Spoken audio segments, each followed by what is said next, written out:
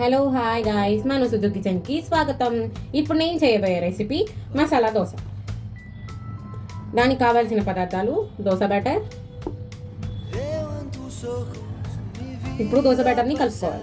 తగినంత ఉప్పు, కొంచెం వాటర్. ఇలా దోశ బ్యాటర్ని కలుపుకోవాలి. ఇప్పుడు మసాలా కర్రీ ప్రిపేర్ చేసుకోవడం కోసం స్టవ్ ఆన్ చేసి కళాయి పెట్టుకోవాలి.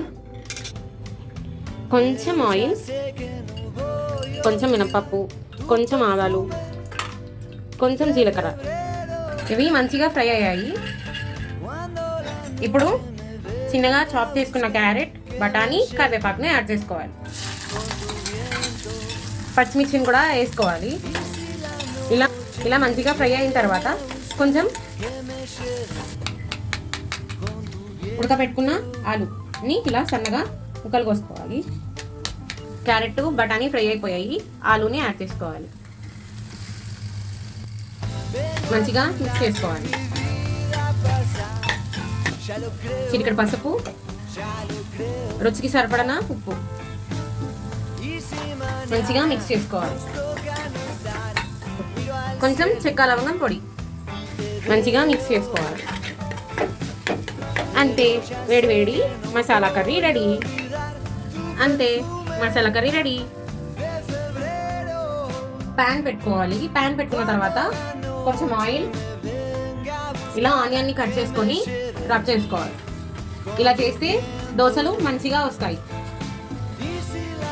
ప్యాన్ బాగా హీట్ ఎక్కింది. ఇప్పుడు దోశని వేసుకున్నాం.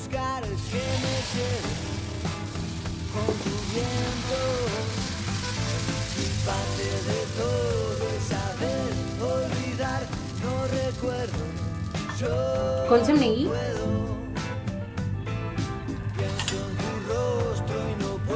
ఇప్పుడు దోశను తిరిగేసుకుందాం.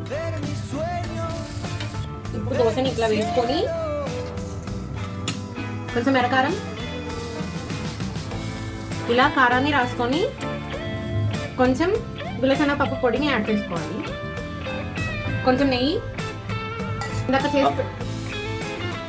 ఇందాక చేసి పెట్టుకున్న కర్రీని ఇలా ఫ్రై చేసుకోవాలి.